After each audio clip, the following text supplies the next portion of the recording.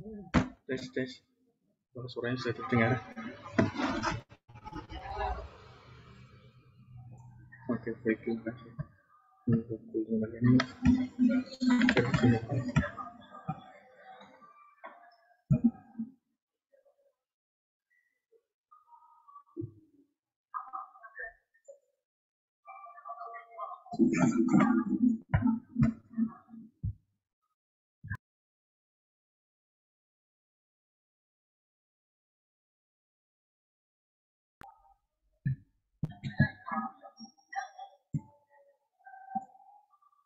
Assalamualaikum warahmatullahi wabarakatuh.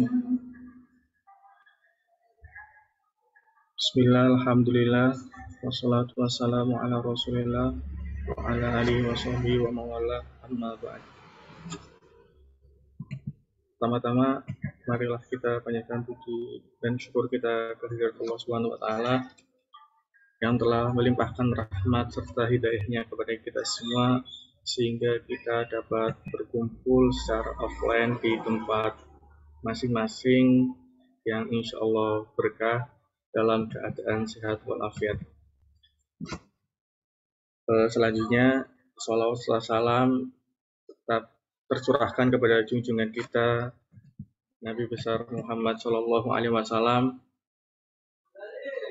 Semoga kita semua kelak mendapat syafaatnya di yaumil akhir. Amin amin ya rabbal alamin.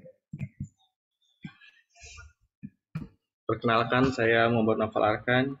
Di sini sebagai pembawa acara akan membacakan susunan acara pada kesempatan kali ini. Untuk acara yang pertama pembukaan, acara yang kedua penyampaian materi, acara yang ketiga tanya jawab, dan yang terakhir penutup. Untuk mempersingkat waktu, mari kita buka acara pada kesempatan kali ini dengan membaca surat Al-Fatihah. Ala hadhihi niyah wa ala kulli niyatin sholihah ila hadratin Nabil Mustafa Rasulullah sallallahu alaihi wasallam. Al-Fatihah. Bismillahirrahmanirrahim. Alhamdulillahirrahmanirrahim. Iyyaka na'budu wa iyyaka nasta'in. Ihdinas siratal mustaqim. Siratal ladzina an'amta 'alaihim ghairil maghdubi 'alaihim waladdallin. Amin. Berlanjut ke acara selanjutnya, yaitu penyampaian materi yang akan disampaikan oleh Kang Muhammad Syaifuddin Bahri. Kepada Kang Bahri, layar dan waktu dipersilahkan.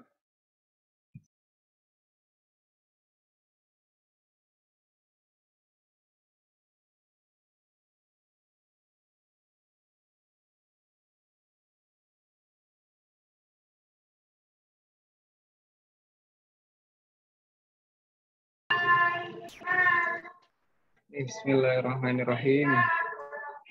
Assalamualaikum warahmatullahi wabarakatuh. Waalaikumsalam warahmatullahi wabarakatuh. Bismillahirrahmanirrahim. Bismillah, alhamdulillah. Alhamdulillah, alhamdulillahirabbil alamin. Wa bihi nasta'inu ala umuri dunya wa din. Wassalatu wassalamu ala asyrofil anbiya'i wal mursalin wa ala alihi wa sahbihi ajma'in. Rabbi shrah li sadri wa yassir li amri wahlul 'uqdatam min lisani yafqahu qawli. Amma ba'du. Wallahu ta'ala fihil kitabihil karim. A'udzu billahi minasy syaithanir rajim. Bismillahirrahmanirrahim.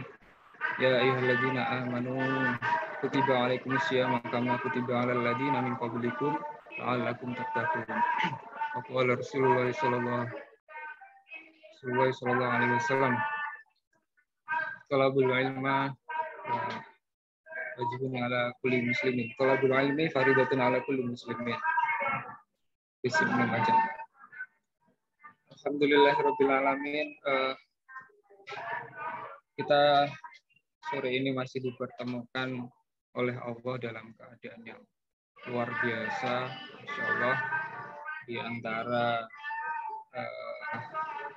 kaum muslimin sedang diberikan kenikmatan, yaitu kita bisa hadir dalam bulan mulia, yaitu bulan Ramadan, di tahun ini. Alhamdulillahirobbilalamin. Salawat serta salam marilah kita limpah curahkan kepada junjungan kita Nabi Agung Muhammad Sallallahu Alaihi Wasallam, Nabi Agung yang membawa kita dalam suasana yang sangat penuh riang gembira, penuh keceriaan dalam menjalani syariat Islam. Dengan jasa Nabi Muhammad kita diberikan nikmat yang sangat luar biasa, yaitu nikmat Islam. Karena tidak semua manusia di bumi diberikan nikmat untuk bisa menjalankan syariat dan kemudian beriman kepada agama Islam. Alhamdulillahirobbilalamin. Di sini saya sedikit sharing ya, bukan tausiah karena saya bukan kiai, bukan gus juga. Jadi tidak pantaslah kalau saya mengisi tausiah. Jadi mungkin temanya hari ini adalah kita sedikit sharing bagaimana mengenai pentingnya sebuah anjuran untuk Muslim itu wajib menuntut ilmu. Di antara tema yang diberikan oleh panitia salah satunya adalah jihad untuk thalabul ilmi. Bahwasanya semakin ke sini makna jihad itu sedikit terdiferensiasi atau sedikit tergeser dengan makna-makna jihad secara makna dipersempit. Bahwasanya banyak sekali definisi jihad yang bisa kita artikan dalam kehidupan kita sehari-hari. Di antaranya jihad dalam mencari ilmu, jihadnya seorang ibu menyusui dan mendidik anaknya, kemudian jihad dalam tentu saja dalam mencari ma'isyah, mempertahankan agama Islam dengan cara bekerja, belajar, dan tentu saja juga jihad fisabilillah di jalan Allah. Nah, pada sore hari ini saya sedikit mengulas akan pentingnya sebuah organisasi kemahasiswaan itu memegang teguh prinsip-prinsip jihad fisabilillah, thalabul ilmi bidinillah. Jadi penting juga dimaknai bahwasanya jihad bagi seorang mahasiswa itu artinya seorang pelajar itu sudah familiar, harusnya sudah setiap harinya diiringi dengan jihad dalam mencari. Apalagi KMU ada dalam ada dalam ujung tombak tempatnya santri-santri mahasiswa mengembangkan ilmu umum dan ilmu agama di lininya masing-masing. Nah, sedikit mengilas balik mengenai sejarah. Kita selalu diingatkan ketika siapa seorang filosof atau seorang ilmuwan atau seorang penemu ahli dari pelajaran-pelajaran yang kita dapati, pasti semuanya akan merujuk kepada ilmuwan-ilmuwan atau filosof-filosof yang itu dari kalangan orang Barat. Seperti yang kita tahu, seperti Isaac Newton, terus Marie Curie, kemudian ada Christopher Columbus dan lain sebagainya, Alexander Graham Bell. Dan kita termindset bahwasanya semua ilmu-ilmu umum itu didasarkan pada penemuan-penemuan bangsa Barat. Tapi kita juga harus tahu bahwasanya ilmu sumbangsih Islam dalam pengembangan ilmu pengetahuan itu cukuplah signifikan. seperti Al-Khawarij, angka 0. Terus kemudian ada Ibnu Sina yang menjadi dasar perkembangannya konsep of medicine yang masih dianut sampai abad tahun 1000 Masehi, masih relevan dan masih banyak lagi, nanti kita kupas satu persatu. Nah, diawali dari tentu saja dari masa diangkatnya Nabi Muhammad SAW untuk menjadi nabi. Nah, beliau diangkat diangkat menjadi nabi dan rasul ketika 40 tahun, wafat di tahun 60, di umur yang 62 tahun.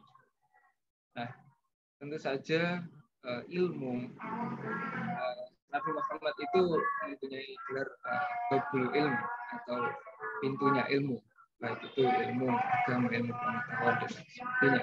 Nabi Muhammad adalah pintunya. Jadi ketika Nabi Muhammad diberikan wahyu berupa mukjizat berupa Al-Quran Karim, semua ilmu pengetahuan yang kita dapat itu sebenarnya bisa kita sandingkan, kita dasarkan kepada Al-Quran. Tentu saja pada zaman Nabi Muhammad banyak sekali ilmu-ilmu yang yang menjadi dasar ilmu pokok dalam keislaman, seperti dasar-dasar fikih, dasar-dasar akidah, dasar-dasar akhlak, itu semua tercermin pada diri Nabi besar Muhammad SAW. Nah, kemudian menginjak ilmu pengetahuan pasca Nabi Muhammad wafat, itu dilanjutkan oleh Khalifah Rasyidin. Saja daripada 4 khalifah ini mempunyai signifikansi masing-masing dalam pengembangan ilmu Islamiyah maupun ilmu umum. Kemudian ada beberapa kerajaan daulah di Umayyah dan Bani Abbasiyah, kemudian yang diakhiri dengan Kekaisaran Ottoman yang ada di Turki. Dalam perjalanannya Islam sangat banyak sekali sumbangsi-sumbangsi yang diberikan dalam pengetahuan seperti itu. Kemudian kita harus tahu bahwasanya apa yang menjadi dasar kita untuk jihad di ilmu, bagaimana kita dalam berjihad dengan tidak membawa senjata, tapi kita membawa sekarang sangat fleksibel dengan belajar dengan menggunakan pensil, buku, gadget, laptop, dan HP. Itu bagaimana bisa menjadikan area dakwah ataupun area untuk mencari ilmu, tidak untuk hal-hal yang kurang bermanfaat. Nah, jadi dalam kewajiban manusia itu menuntut ilmu itu dibagi menjadi 2. Yang pertama fardhu ain. Fardhu ain merupakan hukum yang ditetapkan kepada setiap muslim untuk belajar mengenai agama Islam, pokok-pokok ajaran Islam. Itu hukumnya fardhu ain. Fardhu ain itu wajib. Semua umat Islam tanpa kecuali. Dan kemudian kewajiban yang selanjutnya itu adalah fardhu kifayah, yaitu sebuah kewajiban yang dimana seorang muslim, semua muslim wajib menuntut ilmu pengetahuan, akan tetapi tidak semua, sifatnya tidak mutlak, hanya sebagian muslim saja diperbolehkan. Apabila ada suatu cabang ilmu yang di situ belum ada orang Islam untuk mendalami ilmu itu, maka dari itu hukumnya fardhu kifayah untuk kita untuk belajar ilmu tersebut. Harus ada di setiap lini ilmu pengetahuan yang di situ harus ada muslimnya. Jika tidak ada muslimnya, maka wajib untuk kita mendalami ilmu tersebut. Nah, dari dasar kewajiban manusia tersebut menuntut ilmu, kita sebagai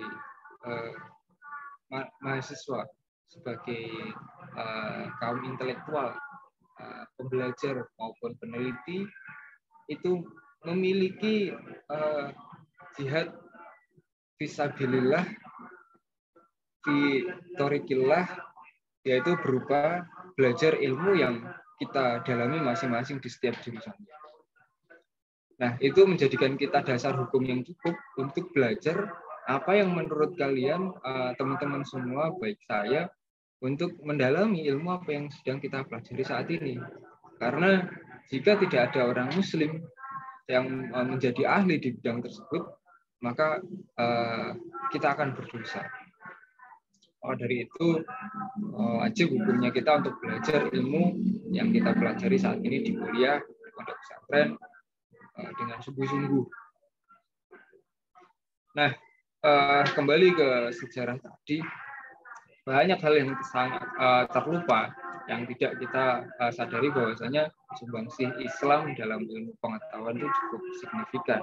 Bahwasanya terutama di zaman Bani Abbasiyah, banyak sekali peradaban-peradaban yang dibangun, baik itu ilmu agama, yaitu berupa asal muasal terdapat 4 imam mazhab, yaitu Abu Hanifah dengan mazhab Hanafi, terus kemudian ada Imam Malik dengan mazhab Maliki, dan sampai Imam Syafi'i dengan mazhab Syafi'i.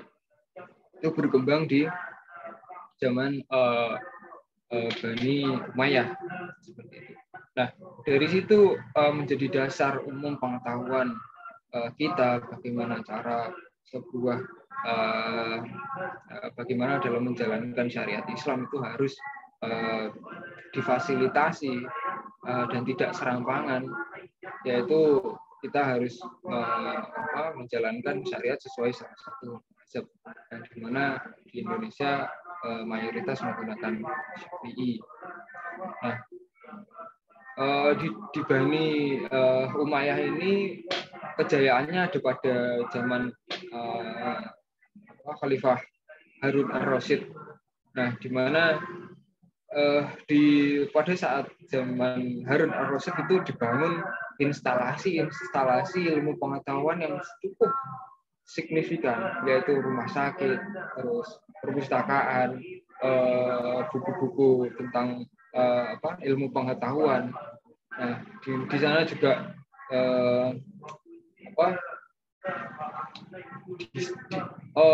di Jazirah Arab mulai di kota Makkah itu mulai masuk teknologi seperti pembangunan sumur untuk air Zam-Zam, terus kemudian membangun irigasi, membangun ilmu falakiyah, perbintangan di dinasti Umayyah ini sangat maju. Di mana zaman keemasannya pada saat Khalifah Al-Ma'mun mendirikan banyak sekolah, dan kemudian di sini juga diimbangi, jadi balance antara ilmu pengetahuan umum dan ilmu tentang agama. Bahkan di sini muncul ada satu golongan yang merupakan golongan Islam yang berpikir secara rasionalis, bisa dibilang sangat rasional, sehingga semua hukum-hukum dalam menjalankan syariat Islam itu didasarkan pada akliyah atau akal, yang dinamakan sebagai golongan Mu'tazilah. Nah, di situ banyak sekali perkembangan dan dinamika pembelajaran di sana. Nah, dari zaman tersebut dilanjutkan oleh pembangunan universitas-universitas. Nah, kemudian di saat dinasti Abbasiyah yang berpusat di kota Baghdad yang sekarang menjadi negara Irak, ya, kemudian semua ilmu pengetahuan mulai dibukukan, sudah ada di sana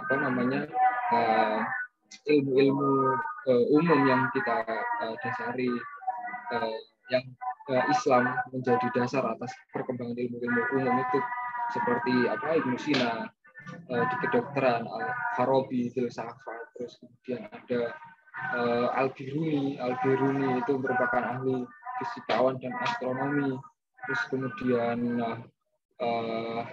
Al-Khawarizmi, kemudian yang mencetuskan ilmu aljabar yang sekarang menjadi ilmu algoritmik yang masih dipakai sampai sekarang, itu ada pada zaman dinasti Asia yang kemudian ilmu-ilmu tersebut dimasukkan ke dalam suatu perpustakaan besar yang kemudian itu diluluhlantahkan oleh serangan kerajaan Mongol Hulagukan, yang bisa dibilang itu menghanguskan semua peradaban yang telah dibangun Islam dari zaman ke zaman.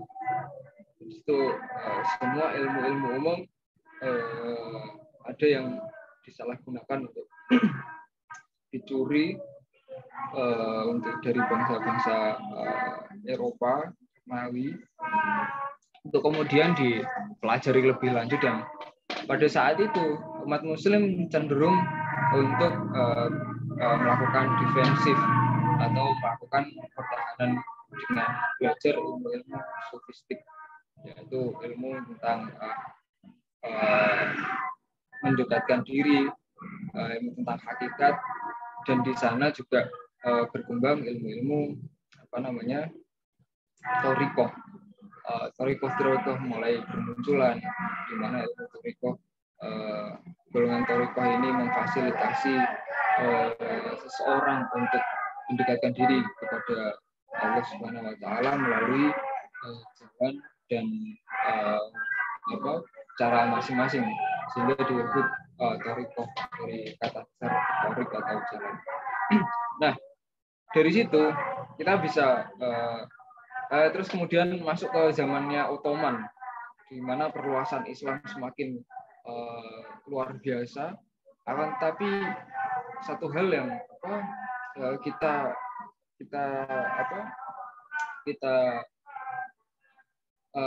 familiar terhadap kekaisaran Ottoman itu, yaitu dengan cara memperluas kekuasaan Islam dengan cara peperangan. Dan dari situ kita sedikit memberikan pandangan terhadap Islam yang berkembang, yaitu dengan cara membuka tatanan baru kekaisaran Ottoman dengan cara perang.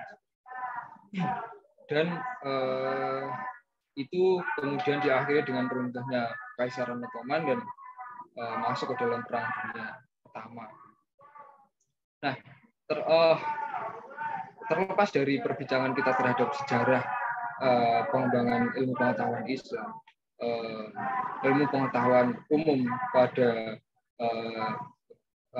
orang Islam, kita harus tahu pada saat ini kita harus mengakui bahwasanya kita kaum intelektual Muslim itu jumlahnya di bawah dari umat-umat agama lain.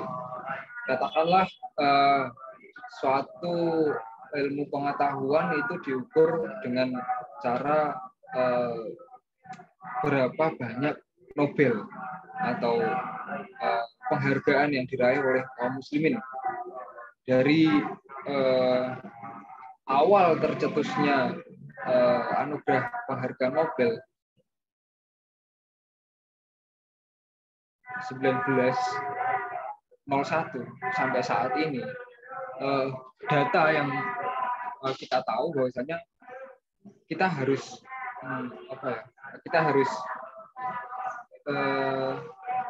menyadari bahwasanya umat Muslim ada pada tatanan yang tidak terlalu banyak, tidak jumlah secara kuantitatif tidak terlalu banyak, karena secara data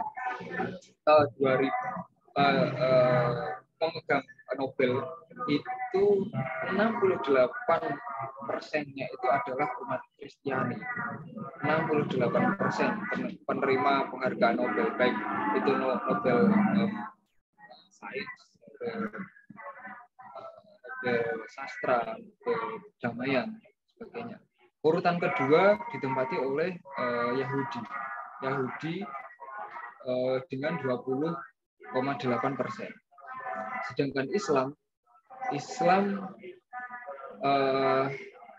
peraih Nobel yang beragama Islam dari total kurang lebih 700-an sekian Nobel, itu Islam hanya 1,3%, dan diikuti oleh anut agama Hindu dengan 0,8%.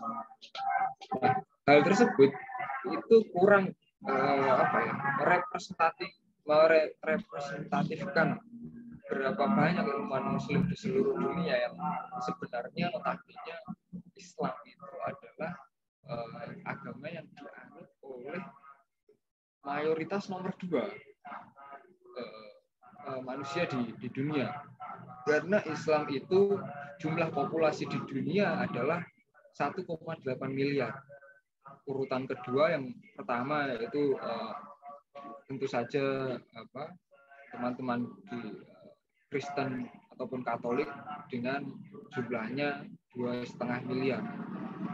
Dan kemudian ketiga diisi oleh orang Hindu 1,8 miliar, dan Yahudi menempati urutan kelima, yaitu dengan jumlahnya 20 juta, hanya 20 juta. Akan tapi pengembangan di bidang sains Yahudi memimpin, yaitu dengan angka 23%.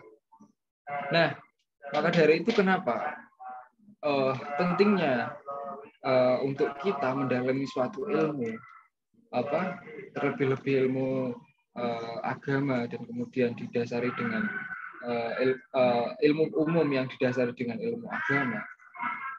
Dari situ kita bisa berkaca bahwasanya banyak ilmuwan-ilmuwan Muslim yang belum terangkat. Dari situ dasar hukum yang sudah jelas, kemudian anjuran belajar yang sudah jelas, kemudian kalau Cak Mun pernah berkata untuk menjadi Muslim yang kontributif itu tidak perlu jihad mengangkat senjata, tidak perlu berdemo, tidak perlu melakukan usaha-usaha yang sepertinya itu hanya di permukaan. Tapi jihad yang sebenarnya bisa kita lakukan dengan belajar ilmu yang sungguh-sungguh, yaitu dengan cara belajar ilmu pengetahuan dan ilmu agama secara mumpuni. Gus Dur juga pernah bilang jika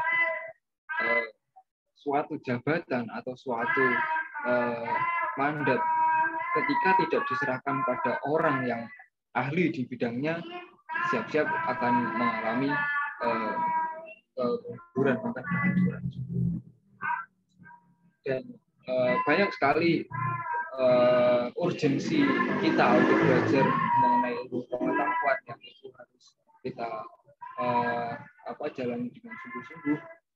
Nah, itu bisa menjadi titik balik teman-teman di KMNU untuk mulai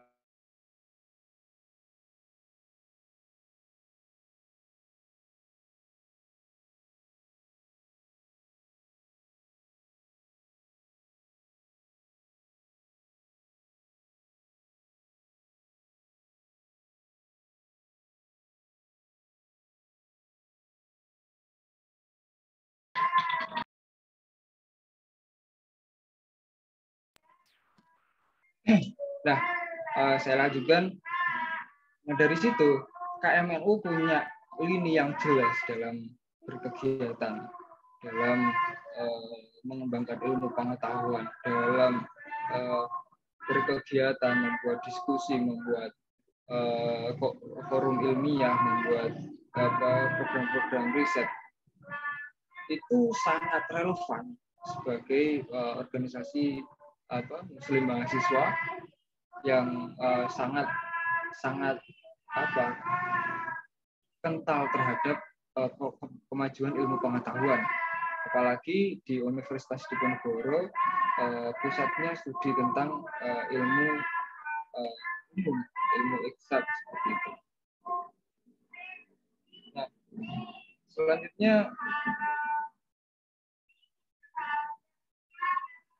selanjutnya kita dari cerita tersebut kita harus bisa mengambil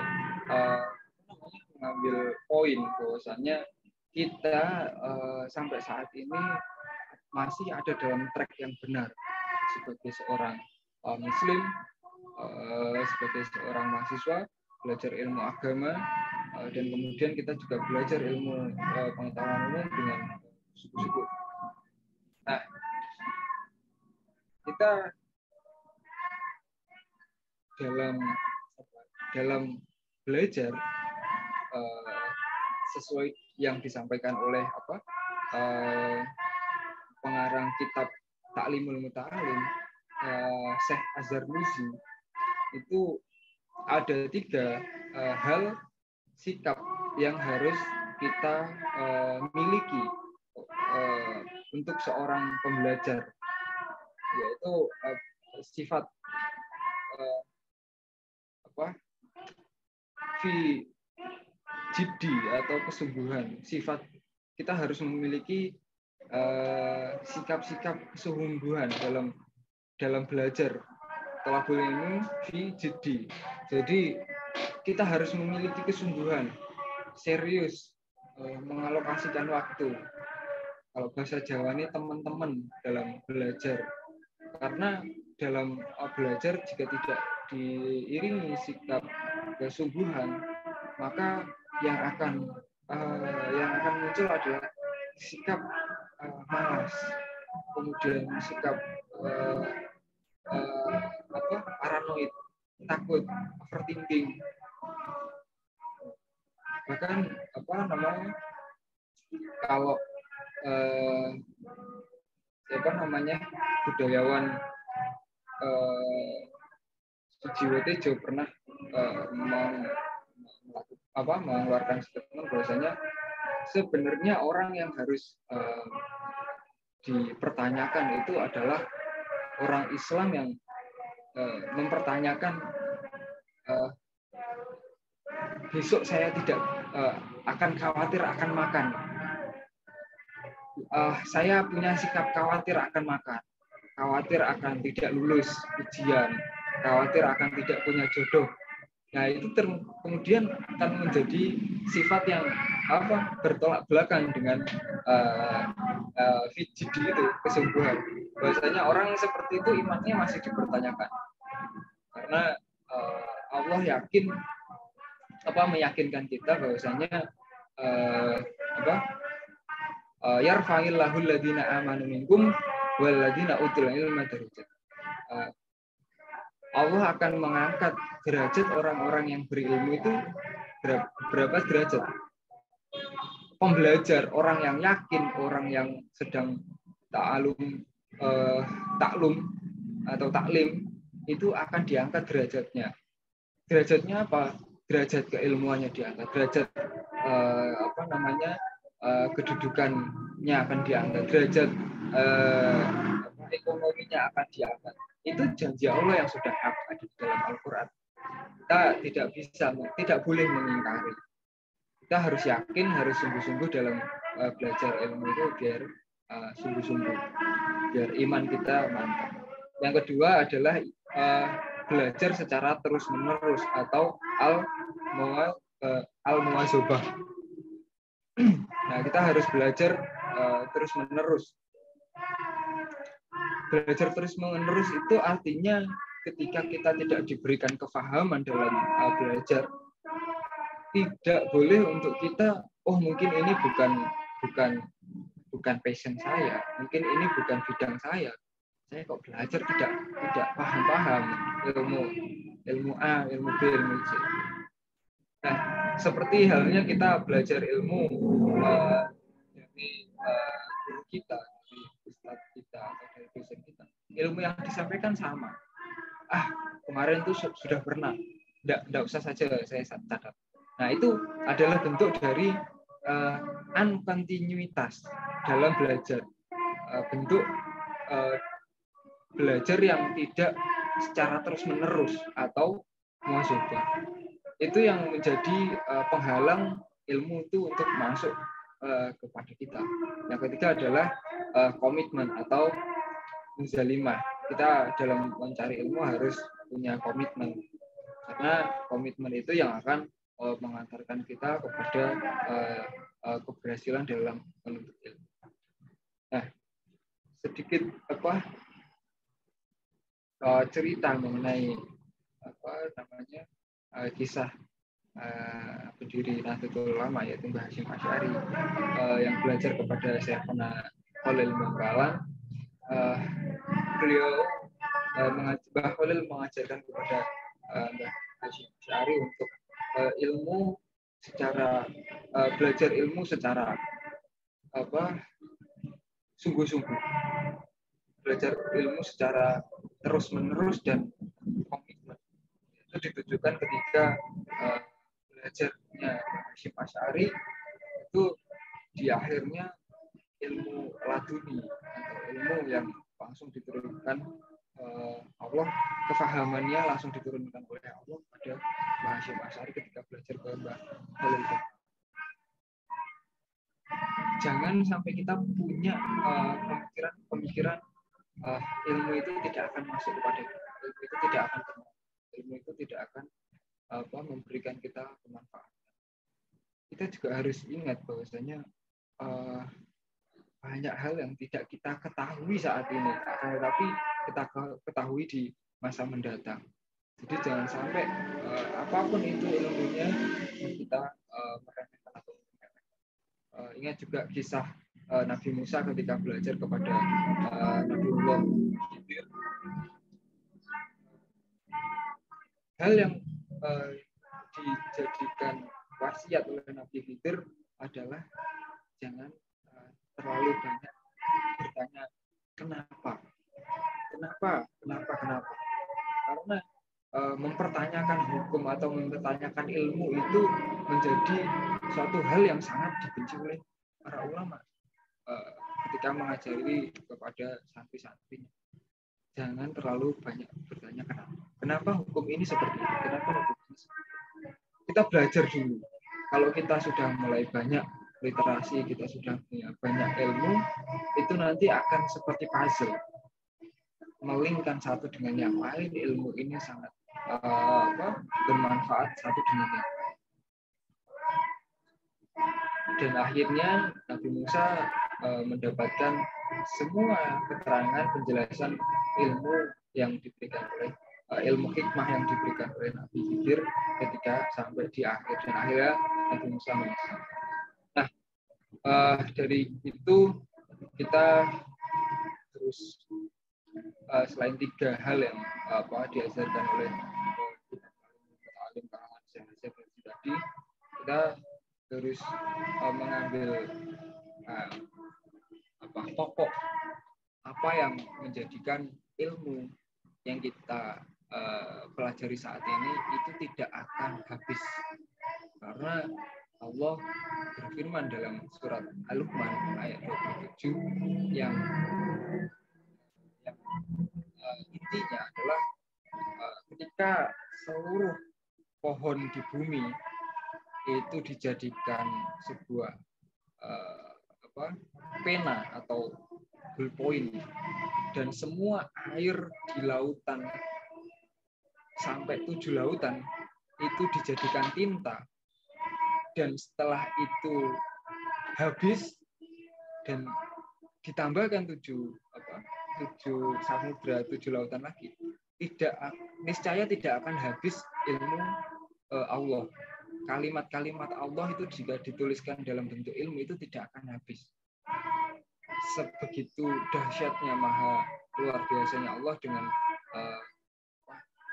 maha kuasa maha perkasa dan maha bijaksananya Allah dalam memberikan kita ilmu pengetahuan yang tidak akan ada habisnya ketika kita belajar. Nah, itu menunjukkan bahwasanya kepada kita, kepada KMM, pentingnya untuk belajar apapun ilmunya, apapun ilmu pengetahuannya, dan menjadikan jenengan-jenengan semua ini ahli di bidangnya masing-masing. Karena bagi kita semua sebagai orang Muslim, kita dituntut untuk bisa memahami ilmu agama, dan kemudian kita diberikan kenikmatan oleh Allah untuk mengenyam pendidikan tinggi berupa pendidikan sarjana, magister, dokter, bahkan profesor, untuk mengupas ilmu-ilmu yang Allah titipkan kepada kita melalui belajar untuk kita dalami sedalam-dalam mungkin. Nah, itu hal yang menjadi penting untuk kita pahami saat ini, bahwasanya berjihad fisabilillah itu bagi kita sebagai seorang keluarga mahasiswa NU bisa kita lakukan dengan cara belajar ilmu agama dan ilmu pengetahuan secara mendetail, secara menyeluruh dan secara komprehensif. Dan ingat bahwasanya belajar itu harus diiringi oleh sikap tekun, kemudian sikap kontinuitas, sungguh-sungguh, dan kemudian komitmen dan sikap mempertanggungjawabkan keilmuan kita dengan nah itu yang bisa saya sharingkan. Mohon maaf jika ada yang keliru atau ada yang salah, karena al-insanu mahalul khata'u nisyan. Saya ini juga masih fakir dalam hal ilmu pengetahuan, dalam hal agama. Marilah kita belajar dan saling mengingatkan satu dengan yang lain.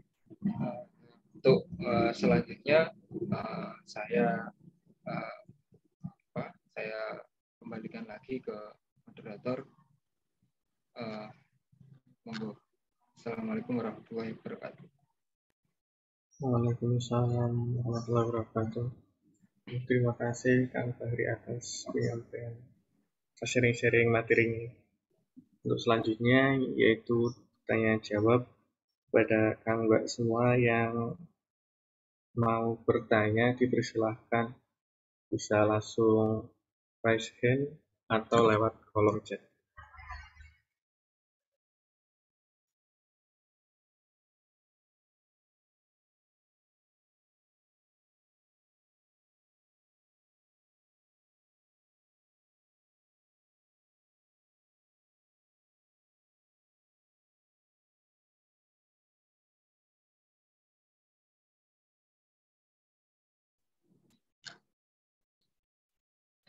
Ya, mungkin kalau tidak ada pertanyaan bisa dicukupkan, Kang, atau mungkin lewat pesan juga bisa kalau memang ada pertanyaan. Karena ini ya acaranya kultum ya, jadi singkatannya kuliah 7 menit, kayaknya lebih bermenit-menit. Mungkin bisa dicukupkan gitu.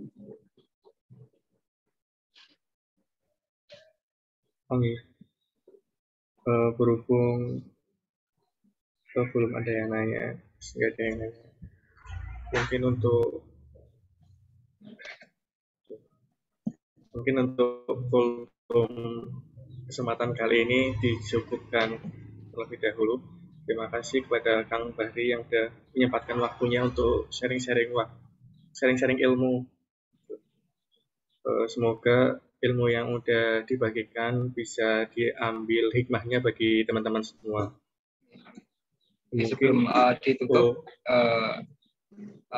marilah kita sebelum menutup ini saya minta hadiah Fatihahnya dulu untuk kita semua supaya ilmu yang kita dapat selama ini bisa kegiatan-kegiatan KMNU bisa diberikan kemudahan, kelancaran, kemudian apa yang sedang kita usahakan, entah itu belajar, entah itu kuliah, skripsi, ataupun kerja, diberikan kemudahan oleh Allah Subhanahu wa taala. Ila hadratin Nabi Mustafa sallallahu alaihi wasallam wa alihi wa dzurriyyati ahli baiti syahid. Al-Fatihah. Silakan. Jangan Allah sudah sudah.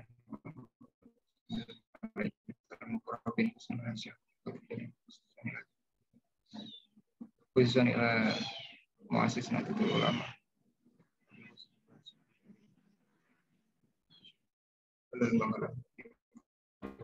Khususan ila awliya disani fi jawiyah cuma. Khususan ila alil kuburi minal muslimin wal muslimin. Thumma ila abana wa ummahatina wa jaddatina wa sayyidina wa nasibana wa asyidu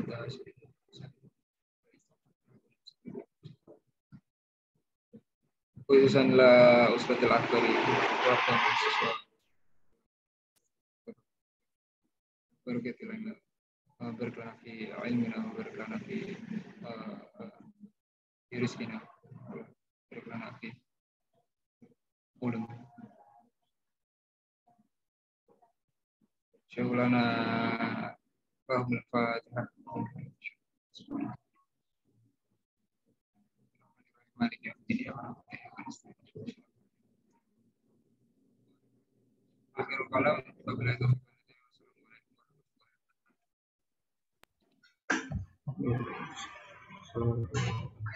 Baik, untuk acara selanjutnya itu penutup. Sebelum kita tutup, saya selaku pembawa acara Kultum Ramadan sore ini, apabila terdapat tutur kata yang kurang berkenan, saya mohon maaf yang sebesar-besarnya. Marilah kita tutup acara dengan membaca doa kafaratul majelis. Subhanakallahumma wa bihamdika asyhadu an la ilaha illa anta astaghfiruka wa atubu ilaik. Wabillahi taufiq wal hidayah. Wassalamualaikum warahmatullahi wabarakatuh. Waalaikumsalam warahmatullahi wabarakatuh. Matur nuwun nggih Kang Bahri. Sami-sami. Sehat-sehat Kang. Amin. Nggih matur suwun. Sehat-sehat semua untuk teman-teman KMNU ini. Izin live dulu. Iya, monggo. Assalamualaikum. Waalaikumsalam.